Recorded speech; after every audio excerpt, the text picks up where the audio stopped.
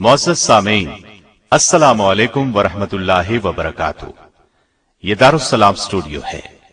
اس بار آپ کی خدمت میں ایک ایسا خوبصورت گلدستہ پیش کرنے کی سعادت حاصل کر رہے ہیں جو انتخاب ہے رب کائنات کا اپنے محبوب پیغمبر جناب محمد الرسول اللہ صلی اللہ علیہ وسلم کی دائمی اور ابدی رفاقت کے لیے۔ نام ہے امہات المومنین۔ جی ہاں، بہت اہم موضوع ہے، بلکہ اہم ترین کہنا مناسب ہوگا، اس لیے کہ اس میں جہاں آپ نبی کریم صلی اللہ علیہ وسلم کی ازواج مطہرات کے حالات، واقعات اور فضائل و مناقب سنیں گے، وہاں اس موضوع کے بارے میں پھیلائے ہوئے بغض و عداوت پر مبنی شکوک و شبہات کا ازالہ بھی ملاحظہ فرمائیں گے۔ ان حالات میں بجا طور پر کہا جا سکتا ہے یہ سیٹ وقت کی اہم ضرورت ہے۔ اس سے بھرپور معلومات حاصل کرنے کی دعوت دیتے ہوئے ہم اپنا سر رب ذوالجلال کی بارگاہ اقدس میں احساس مسرت سے جھکتا ہوا محسوس کر رہے ہیں۔ لیجئے سنیے امہات المومنین رضی اللہ عنہن اجمعین، حصہ اول۔ اسلام دشمن طبقات کے چند اعتراضات یہ ہیں کہ نبی کریم صلی اللہ علیہ وسلم نے اتنی شادیاں کیوں کی؟ کیا یہ عورتوں کو تکلیف پہنچانے والی بات نہیں؟ کیا اس طرح ایک عورت کی حق تلفی نہیں ہوتی؟ نبی کریم صلی اللہ علیہ وسلم کے پاس اتنی شادیاں کرنے کا کیا جواز تھا؟ ایک اور بڑا اعتراض یہ ہے کہ اسلام عورت کو حقیر درجہ دیتا ہے۔ عورت کے حقوق مرد کے برابر نہیں، وہ صرف گھر کی باندیاں بنا کر رکھی جاتی ہیں۔ ان میں زیادہ الجھن والا مسئلہ یہ ہے کہ نبی کریم صلی اللہ علیہ وسلم نے اتنی شادیاں کیوں کی؟ پہلے ہم اس پر روشنی ڈالیں گے، پھر حقوق کی بات کریں گے، اور پھر اس کے بعد امہات المومنین کے حالات و واقعات ترتیب کے ساتھ بیان کریں گے۔ اللہ تعالیٰ کا فرمان ہے، لَقَدْ كَانَ لَكُمْ فِي رَسُولِ اللَّهِ أُسْوَةٌ حَسَنَةٌ۔ بے شک تمہارے لیے رسول اللہ صلی اللہ علیہ وسلم کی ذات میں بہترین نمونہ ہے۔ نبی کریم صلی اللہ علیہ وسلم چونکہ امت کے لیے نمونہ ہیں، اس لیے آپ نے ایک سے زائد شادیاں کی تاکہ آپ کے امتی بوقت ضرورت ایک سے زائد شادیاں کریں تو اپنی بیویوں کے ساتھ اس طرح کا سلوک کریں جس طرح نبی کریم صلی اللہ علیہ وسلم نے اپنی بیویوں سے کیا۔ اب اگر آپ پوری زندگی میں صرف ایک شادی فرماتے تو اس صورت میں یہ نمونہ تو پیش نہ کر سکتے۔ آپ نے سیدہ خدیجہ سے شادی کی تو ان کے انتقال تک دوسری شادی نہیں کی۔ یہ ان لوگوں کے لیے نمونہ ہے جن کی صرف ایک بیوی ہو۔ اب آگے چلیے۔ نبی کریم صلی اللہ علیہ وسلم کی حیات طیبہ کے بھی ایک عام انسان کی طرح دو پہلو تھے، ایک بیرون خانہ زندگی، دوسرے اندرون خانہ زندگی۔ اندرون خانہ زندگی کو آپ خانگی زندگی کہہ لیں۔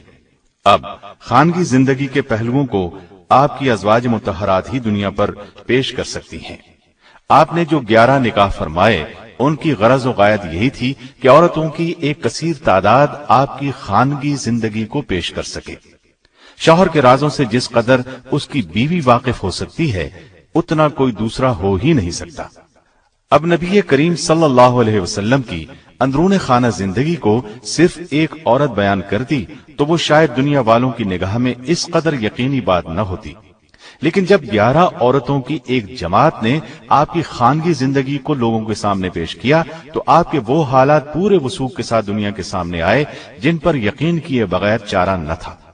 اس کے علاوہ اس میں خاص پہلو یہ ہے کہ شریعت کے بہت سے احکام صرف عورتوں کے لیے خاص ہیں۔ عورتیں مردوں سے بیان کرنے میں شرم محسوس کرتی ہیں۔ اس قسم کے مسائل بھی انہی ازواج مطہرات کے ذریعے سے بیان کیے گئے ہیں۔ علاوہ ازیں نبی کریم صلی اللہ علیہ وسلم کے متعدد نکاح کرنے کی ایک وجہ عورت کے مقام اور درجے کو دنیا میں اجاگر کرنا ہے۔ اسلام سے پہلے معاشرے میں عورت کا کوئی مقام نہیں تھا، لیکن نبی کریم صلی اللہ علیہ وسلم نے بتا دیا کہ عورت کا اسلام میں وہی درجہ ہے جو مرد کا ہے۔ حیثیت، حقوق اور آخرت کے انعامات کے لحاظ سے دونوں میں کوئی فرق نہیں۔ البتہ اسلام کے نزدیک ایک مرد مرد ہے اور عورت عورت۔ اگر دونوں صنفیں آپس میں خلط ملط ہو جائیں تو زندگی کا نظام تباہ ہو جائے۔ مرد اور عورت ایک دوسرے کی کاپی نہیں بلکہ ایک دوسرے کی تکمیل کرتے ہیں۔ لہٰذا یہ کہنا غلط ہے کہ اسلام نے عورت کو حقوق نہیں دیے یا انہیں گھر کی لونڈی بنا دیا ہے۔ اسلام نے عورت کو عملی میدان میں آنے سے روکا نہیں بلکہ اس کی اجازت دی ہے، لیکن اس طرح سے کہ جس سے خانگی زندگی خراب نہ ہو۔ مدینہ طیبہ میں عورتیں صرف گھر ہی کا نہیں باہر کا کام بھی کرتی تھیں۔ مرد تو زیادہ تر جہاد اور تبلیغ میں مصروف رہتے تھے، عورتوں نے گھر کے کاروبار کو سنبھال لیا تھا، یہاں تک کہ زراعت، باغبانی اور جانوروں کی دیکھ بھال بھی کرتی تھی۔ صدیق اکبر رضی اللہ عنہ کی بڑی صاحبزادی سیدہ اسما رضی اللہ عنہا کی شادی سیدنا زبیر رضی اللہ عنہ سے ہوئی۔ دونوں میاں بیوی ہجرت کر کے مدینے آ گئے۔ اس وقت مال پاس تھا نہ جائیداد۔ سیدہ اسما فرماتی ہیں، ہمارے پاس اس وقت صرف پانی لاد کر لے جانے کے لیے ایک اونٹ تھا۔ میں ہی اونٹ کے لیے گھاس وغیرہ لاتی تھی، کھجوروں کی گٹھلیاں کوٹ کر دانے کے طور پر اونٹ کو کھلاتی تھی، میں ہی پانی بھر کر لاتی تھی۔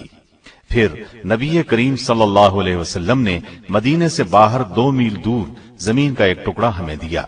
میں وہاں کام کے لیے جایا کرتی تھی اور واپسی پر کھجوروں کی گٹھلیاں لاد کر لاتی تھی۔ اسلام نے علم کے میدان میں بھی عورت کو محروم نہیں رکھا۔ سیدہ عائشہ اور دوسری امہات المومنین نے علمی میدان میں بہت سے کارنامے انجام دیے۔ صرف سیدہ عائشہ رضی اللہ عنہا کی روایت کردہ احادیث 2210 تک شمار کی گئی ہیں۔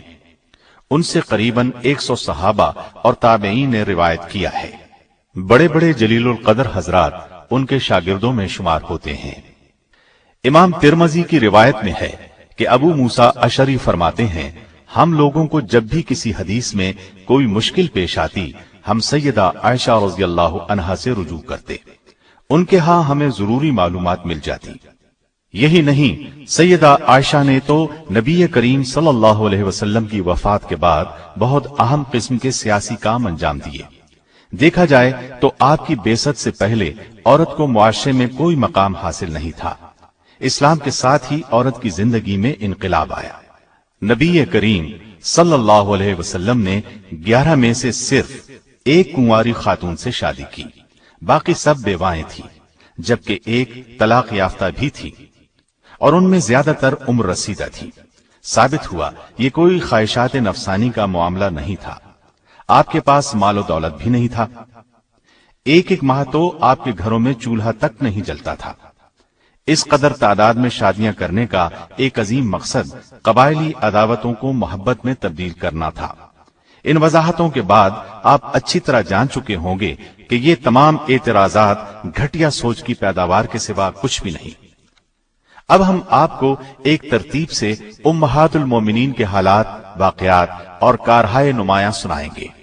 اللہ تعالی کا فرمان ہے، نبی کا حق مومنوں پر خود ان کے اپنے نفس سے بھی زیادہ ہے، اور پیغمبر کی بیویاں مومنوں کی مائیں ہیں، اور رشتہ دار کتاب اللہ کی روح سے بنسبت دوسرے مومنوں اور مہاجروں کے آپس میں زیادہ حقدار ہیں، ہاں مگر یہ کہ تم اپنے دوستوں کے ساتھ حسن سلوک کرنا چاہو۔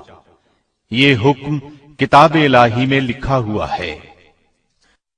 نبی کریم صلی اللہ علیہ وسلم نے جن عورتوں سے نکاح کیا انہیں اپنی مرضی سے بیویاں نہیں بنایا، بلکہ اللہ تعالیٰ کے حکم سے آپ نے ان سے نکاح کیا۔ چنانچہ آپ کی تمام بیویاں جنتی ہیں۔ یہ بات مستدرک حاکم کی ایک حدیث سے بھی ثابت ہے۔